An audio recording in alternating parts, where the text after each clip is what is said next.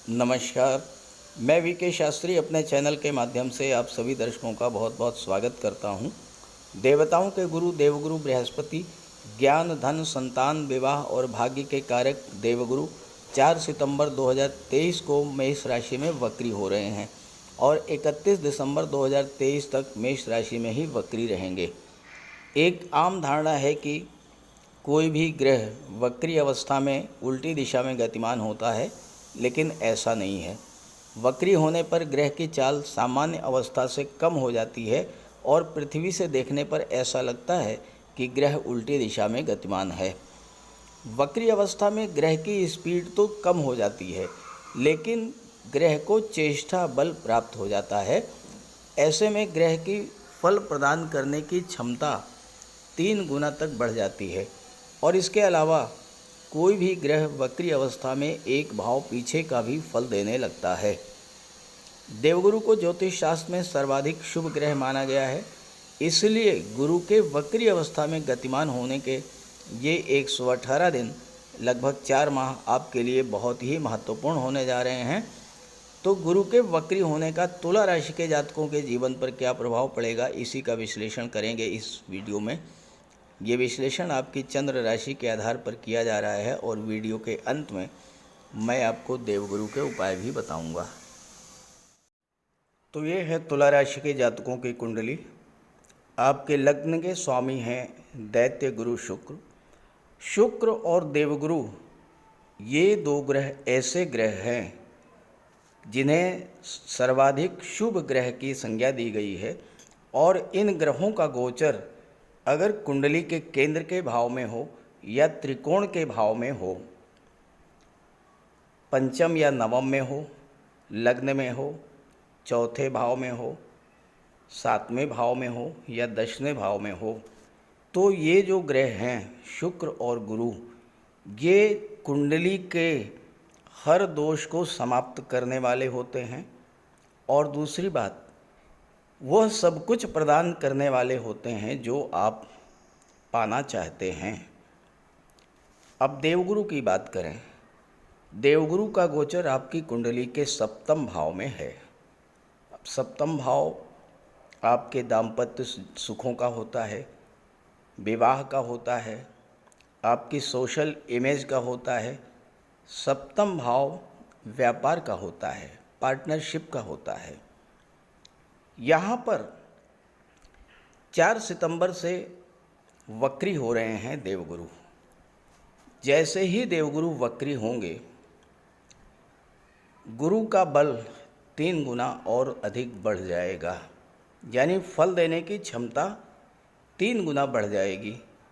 और इसके अलावा 7वें भाव का तो फल देंगे ही, 6ठे भाव का भी फल देंगे, एक भाव पीछे का भी फल देंगे।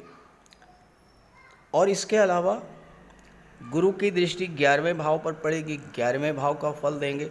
लग्न पर दृष्टि पड़ेगी, लग्न भाव का फल देंगे। और तीसरे भाव पर दृष्टि पड़ेगी तो तीसरे भाव का फल देंगे। तो इस तरह से इस गोचर काल में 31 दिसंबर तक लग्न भाव, तीसरा भाव, 6ठा भाव, 7वां भाव और 11वां भाव, इन 5 भाव का फल आपको प्रदान करेंगे। मैंने थंबनेल में लिखा है काम त्रिकोण में गोचर। कुंडली का जो 7वां भाव होता है या जो 11वां भाव होता है या तीसरा भाव, इसको ज्योतिष शास्त्र में काम त्रिकोण कहते हैं। काम का मतलब आपकी इच्छाओं की पूर्ति। अब आपकी इच्छाएं क्या? सामान्य सी इच्छाएं होती हैं हर व्यक्ति की। अच्छा घर हो, वाहन हो, अच्छी संतान हो, अच्छा जीवन साथी मिले, समाज में मान सम्मान हो, धन की दृष्टि से अच्छा रहे जीवन। यही सब कुछ देने के लिए देवगुरु बृहस्पति काम त्रिकोण में वक्री हो रहे हैं। 11वां भाव जो होता है ये आपके लाभों का होता है। यहाँ पर दृष्टि पड़ेगी देवगुरु की। देवगुरु की दृष्टि जिस भाव पर पड़ती है उस भाव को गंगा जल की तरह पवित्र कर देते हैं, उस भाव के प्रभाव को बढ़ा देते हैं। और इसके अलावा गुरु की दृष्टि में अमृत होता है, तो उस भाव के सभी शुभ फल आपको प्राप्त होंगे। अब 11वें भाव की बात करें। 11वां भाव आपकी इच्छाओं को शो करता है, आपके सपनों को शो करता है। 11वें भाव के स्वामी हैं भगवान भुवन भास्कर सूर्यदेव। सूर्यदेव देवगुरु के मित्र हैं, तो मित्र की राशि पर गुरु की दृष्टि पड़ रही है। तो ये जो 4 महीने हैं ये आपकी इच्छा पूर्ति में सहायक होंगे देवगुरु, और आपका कोई पुराना सपना, कोई पुरानी इच्छा इस गोचर काल में पूरी होगी।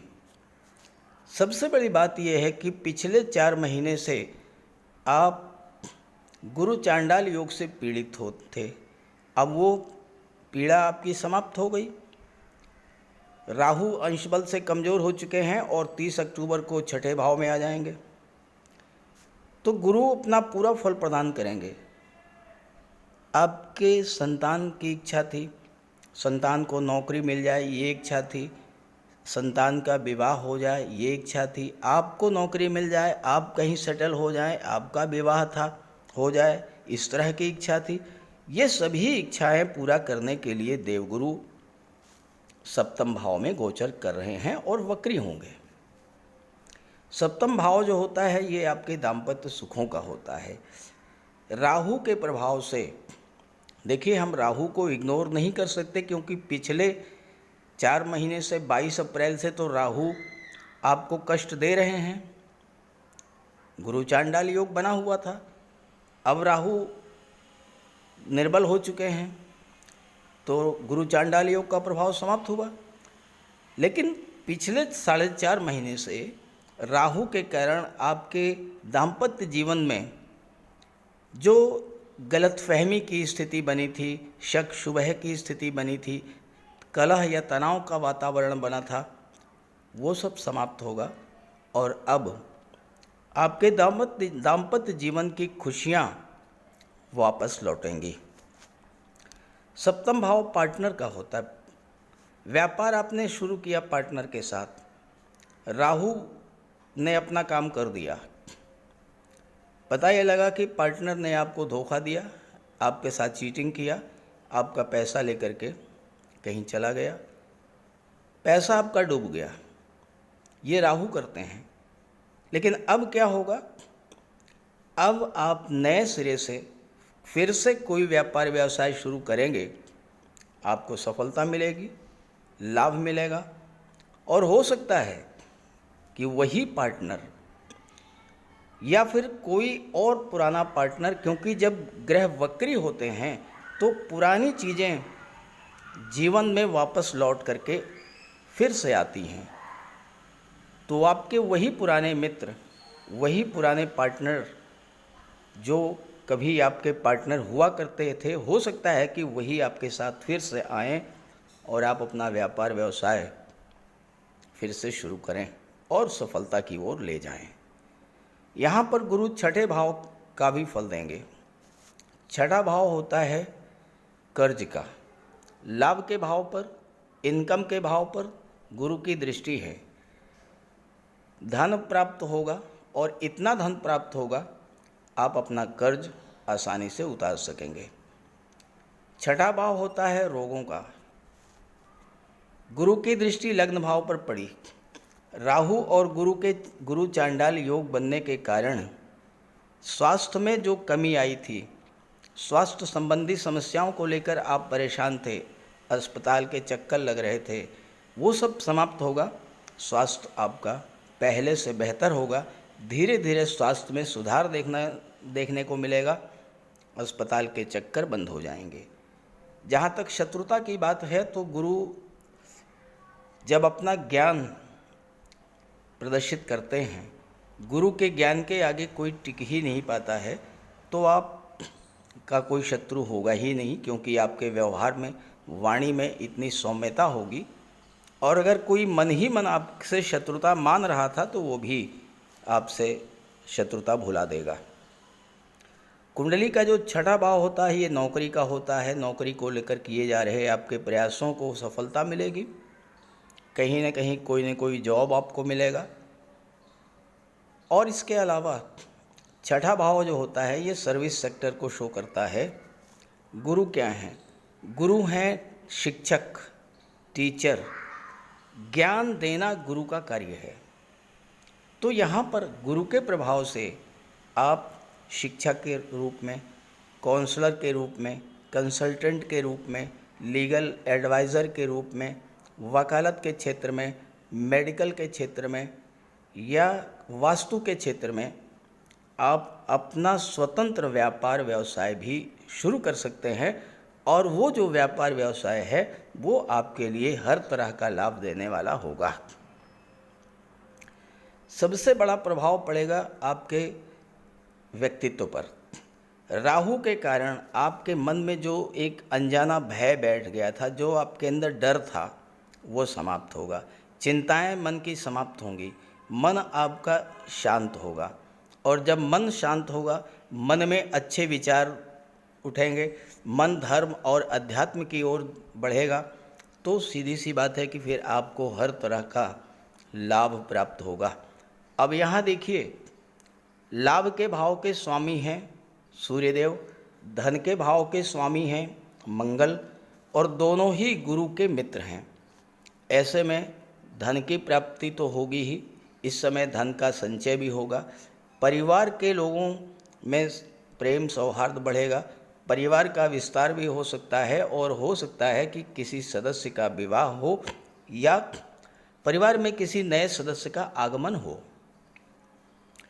गुरु की दृष्टि तीसरे भाव पर पड़ेगी और गुरु तीसरे भाव के स्वामी भी हैं। तो यहाँ पर तीसरा भाव आपके पराक्रम पुरुषार्थ का होता है।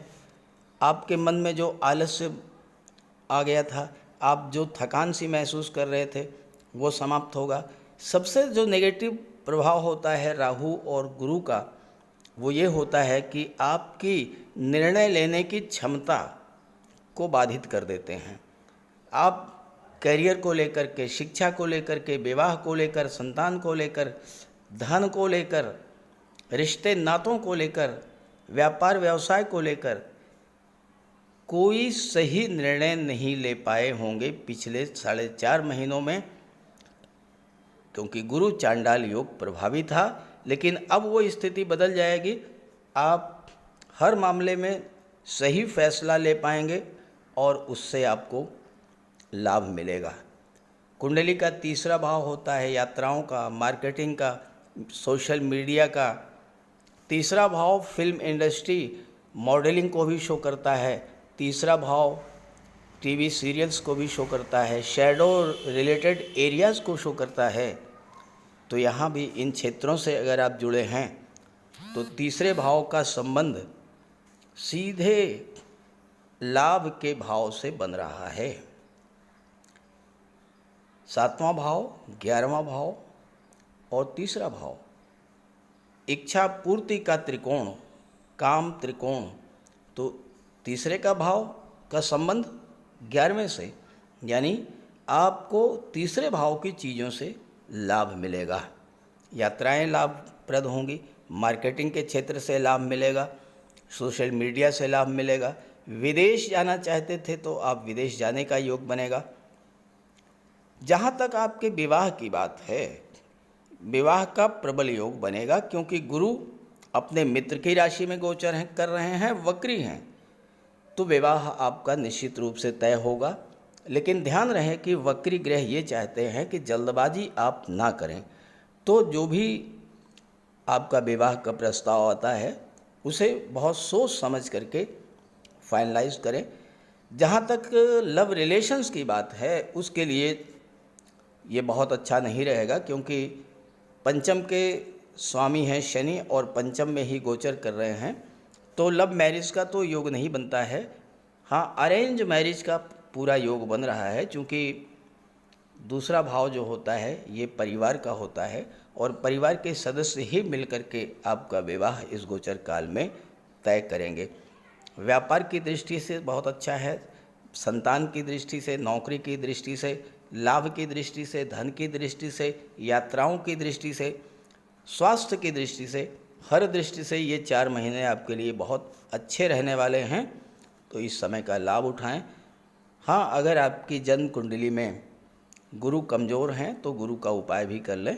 तो बात करते हैं उपायों पर। कुंडली में देवगुरु बृहस्पति का बहुत ही महत्वपूर्ण स्थान है, क्योंकि देवगुरु कुंडली के पंचम और नवम भाव के कारक होते हैं। पंचम भाव से संतान का विचार किया जाता है, शिक्षा का विचार किया जाता है, और नवम भाव से भाग्य का विचार किया जाता है। गुरु ग्रह भाग्य के लिए जिम्मेदार माने जाते हैं, और किसी भी कार्य की सफलता के लिए देवगुरु का मजबूत होना बहुत ज़रूरी है।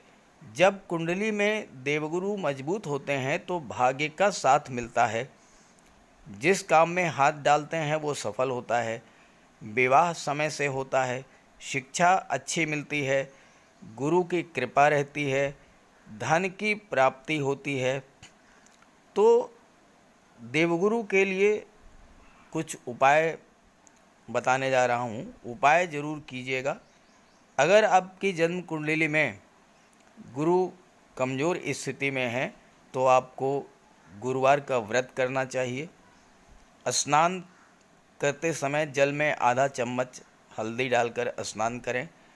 स्नान के बाद पीले रंग के वस्त्र धारण करें, और साथ ही साथ केसर या हल्दी का तिलक लगाएं, और गुरुवार के दिन भगवान विष्णु की उपासना करें। घर में केले का एक वृक्ष लगा लें, उसकी पूजा करें, उसकी सेवा करें। भोजन में चने के बेसन, चीनी और घी से बने लड्डू का सेवन करें, और अपनी क्षमता के अनुसार पीले वस्त्र, हल्दी, शहद, धार्मिक पुस्तकें, इन सब का दान कर सकते हैं। अगर गुरु ग्रह कमज़ोर है तो पुखराज धारण करें, लेकिन इसके लिए किसी योग्य ज्योतिषी की सलाह ले लें। माता पिता, गुरु और बुज़ुर्गों का सम्मान करें, उनकी देखभाल करें और उनका आशीर्वाद प्राप्त करें। साफ सफाई रखें, गुरु की सेवा करें, और दही और चावल गरीबों को खिलाएं। किसी गरीब को, किसी दिव्यांग व्यक्ति को भोजन कराएं। किसी वृद्धाश्रम में जाकर के वृद्धों के साथ कुछ समय बिताएं, उनकी समस्याओं को जानें, समझें।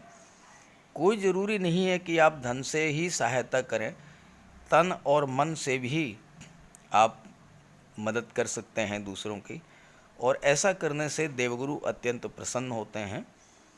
और जब देवगुरु बलवान होंगे तो आपको पूरा लाभ मिलेंगे। तो ये उपाय करके देखिएगा, लाभ होगा। कमेंट करके बताइएगा ताकि आपके साथियों को भी इसका लाभ मिल सके। नमस्कार।